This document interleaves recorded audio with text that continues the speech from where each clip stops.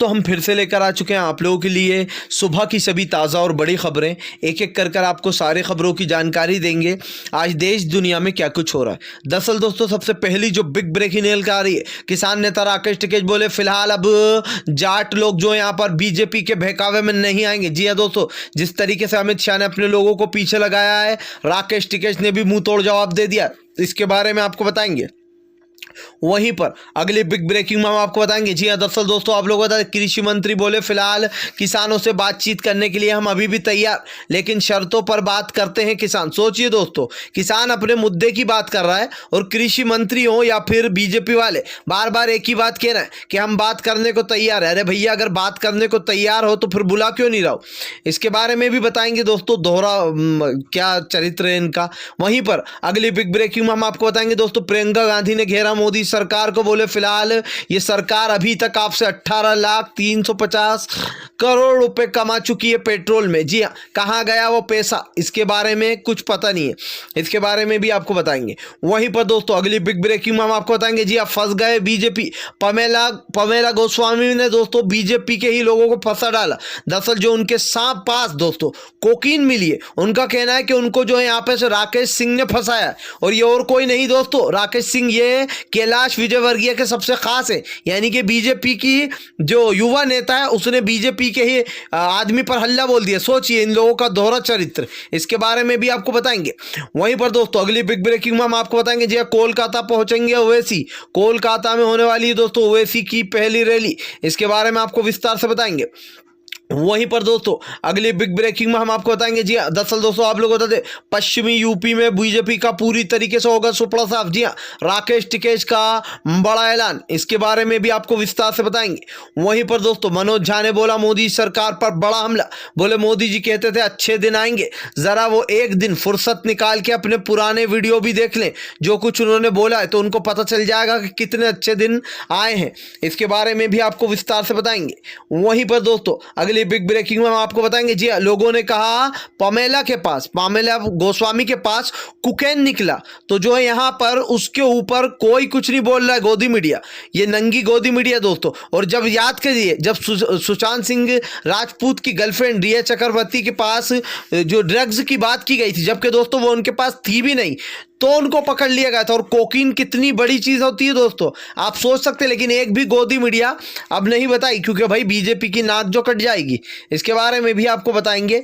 वहीं पर दोस्तों अगली बिग ब्रेकिंग में हम आपको बताएंगे, जी हाँ उत्तर प्रदेश में दोस्तों 11 साल के बच्चे दीपक की हत्या। जी हाँ, यानी कि दोस्तों यूपी की योगी सरकार का एक और नया कारनामा। जी हाँ, सोचिए दोस्तों वहाँ की जो पुलिस है वो आखिर करती क्या रहती है, सोचने वाली बात है। इसके बारे में भी आपको विस्तार से बताएंगे।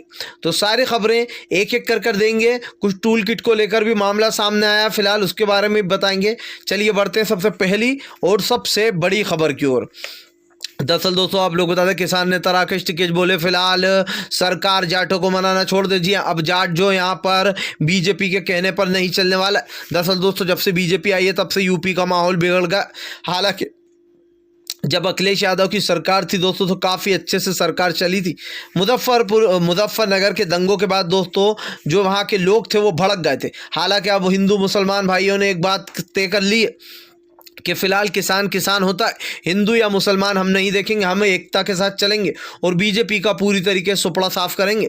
राकेश टिकैत ने कहा कि फिलहाल अब किसानों को बेवकूफ़ बना नहीं सकती। जी हाँ, भाजपा की सरकार, हम अपनी बात पर अड़े रहेंगे और इन तीनों कृषि कानून को रद्द कराकर ही घर लौटेंगे।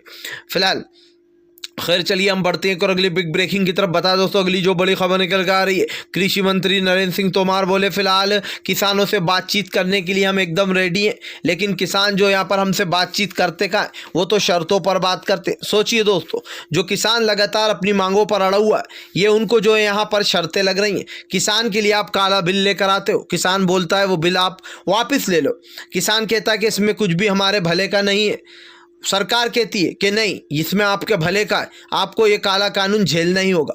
सोचिए दोस्तों, अगर आप किसी से कहेंगे कि तू चाय पी ले, वो कहेगा आज मेरा चाय का मन नहीं है, तो आप ज़बरदस्ती क्या उसके मुंह में ठूसोगे कि भैया तेरा मन है ना हो या ना हो, आज मैं तुझे चाय पिलाकर रहूँगा। बस उसी में का हाल दोस्तों सरकार का। एक तरफ पूरे देश का किसान है जो कि कह रहा है कि भैया ये काला बिल है, इसमें हमारी बर्बादी छुपी हुई है, लेकिन सरकार कह रही नहीं बेटा, तुम्हें ये बर्बादी भी है तो झेलना ही पड़ेगा, तुम्हें ये बिल को मानना पड़ेगा। वाह भाई, ये नई तानाशाही निकल के आई है सरकार की। फिलहाल खैर चलिए हम बढ़ते हैं एक और अगली बड़ी खबर की ओर। दरअसल दोस्तों आप लोग बता दें अगली जो बड़ी खबर निकल के आ रही, जी हाँ आप लोग बताएं दोस्तों, फिर से फंस गई बीजेपी। जी हाँ दोस्तों, बीजेपी के न जाने कितने चेहरे, न जाने कितने काले सच जमीन में दफन होंगे। आप लोग बताएं दोस्तों, अब पमेला तो आपको याद ही होंगी। जी हाँ, पमेला गोस्वामी जो कि अभी ही कोकीन के साथ पकड़ी गई हैं, इनको नए अलीपुर इलाके के इधर से पकड़ा गया है। अब आप लोगों को बता दें दोस्तों, पमेला ने जो यहाँ पर बीजेपी के नेता पे ही हल्ला बोल दिया, यानी कि बीजेपी पार्टी की नेता ने बीजेपी पे ही हमला बोल डाला है। उनका कहना है कि फिलहाल मुझे जो यहाँ पर फंसाया जा रहा है, मुझे राकेश सिंह ने फंसाया है। अब आप सोचेंगे दोस्तों राकेश सिंह कौन है, चलिए राकेश सिंह की हिस्ट्री आपको बताते हैं। दरअसल दोस्तों राकेश सिंह कोई और नहीं है बल्कि कैलाश विजयवर्गीय का सबसे खास आदमी है। जी हाँ दोस्तों, कैलाश विजयवर्गीय का सबसे खास आदमी है। और सबसे बड़ी बात दोस्तों यहाँ पर कि सोचिए, ये गोदी मीडिया, ये दलाल मीडिया एक भी बार ये नहीं बता रही है कि यहाँ पर पमेला गोस्वामी के पास ड्रग्स मिला। ड्रग्स मतलब दोस्तों कोकीन, जो कि काफ़ी खतरनाक माना जाता है। जी हाँ, अगर इसका 1/3 जोड़ा जाए दोस्तों तो इसकी लगभग कीमत होना चाहिए 90 लाख के लगभग आसपास होना चाहिए, लेकिन पुलिस बता रही है 10 लाख के लगभग। चलिए 10 लाख मान लेते हैं, लेकिन 10 लाख भी कम नहीं होते दोस्तों। 10 लाख के लगभग की इनके पास से कोकीन मिली है। अब लोगों का सवाल दोस्तों कि रिया चक्रवर्ती पर तो गोदी मीडिया बहुत भौंक रही थी, बहुत भौंक भौंक कर चीख रही थी, लेकिन दोस्तों ये दलाल मीडिया अब अपना मुंह नहीं खोलेगी, क्योंकि अब बीजेपी की बात है। और जहां पर दोस्तों बीजेपी की बात आ जाती है, ये दलाल मीडिया जो है नतमस्तक हो जाती है। जी हाँ, मोदी के सामने घुटने टेक देती है, तलवे चाटती है। ये तलवे चाटने वाली मीडिया दोस्तों अब रिया चक्रवर्ती को कैसा करा था, रिया चक्रवर्ती के भाई को दोस्तों 3 महीने तक जेल में रखा, रिया चक्रवर्ती को फंसाया गया, जबकि उसके पास ड्रग्स मिली भी नहीं थी, सिर्फ शक के बिना पर। सोचिए, और एक तरफ दोस्तों यह है पमेला, जिसके पास सीधी सीधी कोकीन मिली है, लेकिन वो किसे फंसा रही है, बीजेपी के ही नेता को। जी हाँ, राकेश सिंह को। अब क्या बोलेंगे कैलाश विजयवर्गीय, क्या बोलेंगे मोदी जी, क्या अब इसमें भी कहेंगे कि इंसाफ मिलकर रहेगा? अब नहीं बोलेगा कोई। गोदी मीडिया तो अपना मुंह भी नहीं खोलेगी, क्योंकि उन्हें पता है कि ये बीजेपी का मामला, जहां बीजेपी का मामला आता है नतमस्तक होकर हाथ जोड़ के नीचे तलवे चाटने बैठ जाती है। फिलहाल खैर चलिए हम बढ़ते हैं और अगली बिग ब्रेकिंग की तरफ। बता दोस्तों अगली जो बड़ी खबर निकल कर आ रही, पश्चिम बंगाल पश्चिमी यूपी में होगा पूरी तरीके से भाजपा का सुपड़ा साफ। जी हाँ दोस्तों, किसान बोले फिलहाल एकता के साथ चलेंगे। अब जी हाँ, अब हिंदू मुसलमान नहीं, अब एकता के साथ भाजपा को सत्ता से हटाएंगे। हालांकि दोस्तों लोग कहते हैं कि बीजेपी को वोटों की ज़रूरत नहीं है, बीजेपी जो है दोस्तों ईवीएम से अपना काम चला लेती, और ये बात दोस्तों कहीं ना कहीं सच भी है। ईवीएम में बहुत घोटाले होते हैं, ये हमने भी देखा है। लेकिन जिस तरीके से दोस्तों पंजाब में सुपड़ा साफ हुआ, ये देखकर लोगों के अंदर एक आस जग गई है। लोगों ने साफ कह दिया कि अब की बार यूपी में भी भाजपा का सुपड़ा साफ करेंगे। लेकिन दोस्तों सबसे बड़ी बात ये कि भाजपा ज़्यादातर बेईमानी से जीती है। आप देखिए, अगर बिहार के चुनाव की बात की जाए तो तेजस्वी यादव साफ साफ जीत रहे थे, लेकिन उनको हरा दिया गया। लेकिन दोस्तों ईवीएम भी बस एक हद तक काम आती है, उसके बाद ईवीएम का भी खेल ख़त्म हो जाता है। और जब इस देश की जनता पूरे के पूरे वोट जो है दोस्तों वो कांग्रेस को देगी या फिर किसी भी पार्टी को देगी, तो भाजपा का सुपड़ा तो अपने आप ही साफ होना है। और अब की बार किसानों ने मन बना लिया। यही डर दोस्तों भाजपा के लोगों को सता रहा है।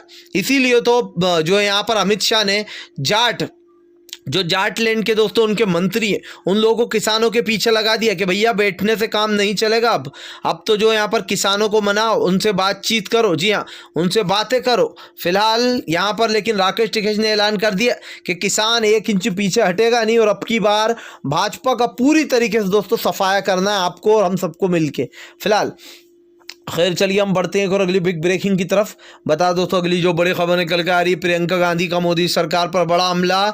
बोले फिलहाल ये सरकार पेट्रोल के और डीजल के जो पैसे युवा से ले रही है वो पैसे कहाँ का है, कहाँ खाकर बैठी है सरकार, अभी तक आपको इसका हिसाब दिया नहीं दिया दोस्तों ये जो भी पैसा आता है ये सरकारी खजाने में नहीं बल्कि इनकी जेबों में जाता है।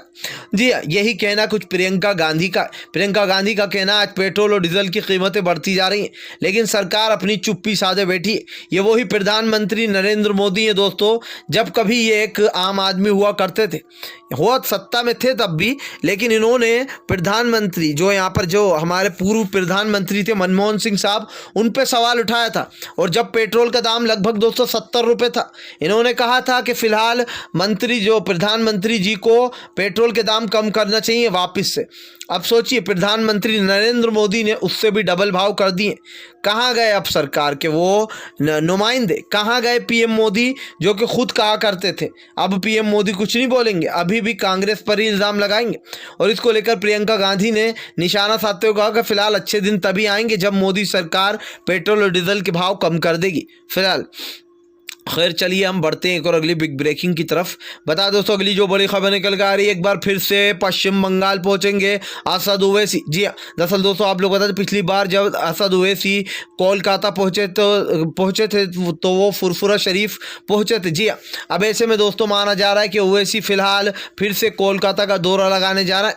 देखना ये दिलचस्प होगा दोस्तों कि फिलहाल ओवैसी की रैली करेंगे या फिर किस चीज़ के लिए वो जा रहा है, क्योंकि दोस्तों ओवैसी इससे पहले जब गए थे तो पश्चिम बंगाल की जो हलचल थी वो तेज़ हो गई थी।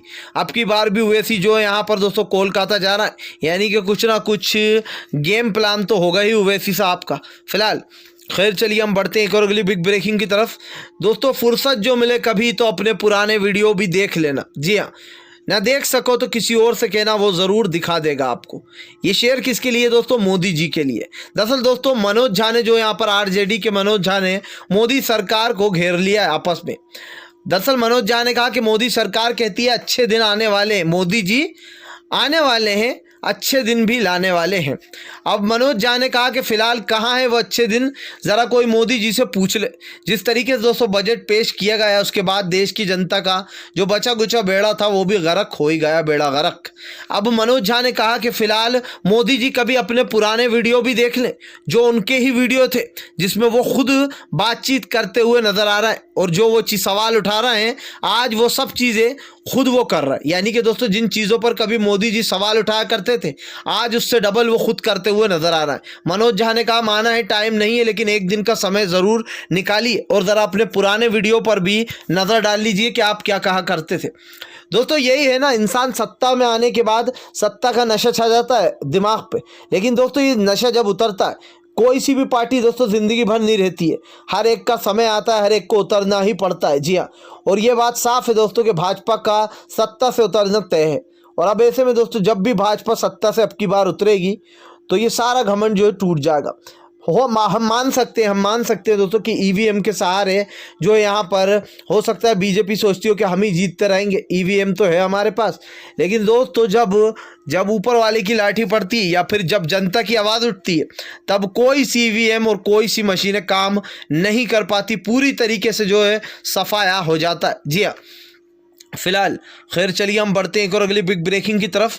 बता दोस्तों अगली जो बड़ी खबर निकल कर आ रही, फिलहाल उत्तर प्रदेश में 11 साल के दीपक की हत्या से पुलिस और वहां के ग्रामीणों में दोस्तों भयंकर झड़प हुई है। जी दरअसल दोस्तों आप लोग बता दें लगातार जो यहाँ पर ग्रामीणों और पुलिस के बीच में झड़प हो रही है। एक 11 साल का बच्चा दोस्तों दीपक 3 दिन पहले गायब हो गया था, उसकी हत्या कर दी गई है, उसका जो है शव मिला, जिसके बाद आप लोगों को बता दें कि पुलिस और जो वहाँ के ग्रामीण लोग थे उन लोगों के बीच में दोस्तों यहाँ पर लड़ाई झगड़ा हो गया। और दोस्तों साफ कुछ माना जा रहा है कि फिलहाल यहाँ पर यह मामला प्रतापगढ़ का है और जो है दोस्तों हत्या हुई है। सोचिए अब यहाँ पर दोस्तों एक चीज़ तो साफ है कि दलित समाज के लोगों के साथ लगातार हत्याएं, इस तरीके की जो वारदातें वो सामने आ रही हैं। फिलहाल खैर चलिए हम बढ़ते हैं और अगली बिग ब्रेकिंग की तरफ। बता दें आप लोगों को दोस्तों अगली जो बड़ी खबर निकल कर आ रही है, टूल किट मामले में एचसी ने लगाई गोदी मीडिया को फटकार।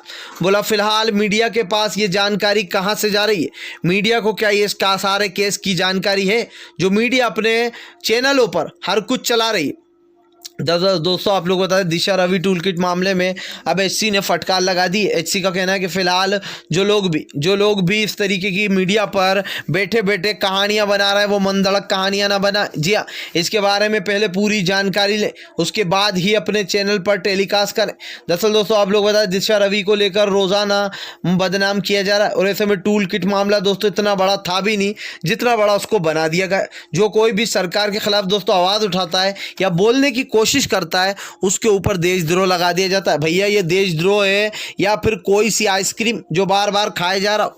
जी हाँ दोस्तों, अब तो ऐसा लगता है कि देशद्रोह एक मजाक जैसी चीज़ बनकर रह गया हमारे इंडिया में, क्योंकि भाई मोदी सरकार जब से आई है तब से उसको एक हथियार की तरह यूज़ करने लगी है। अगर कोई ने कुछ बोला तो उसके ऊपर देशद्रोह का केस ठोक दो।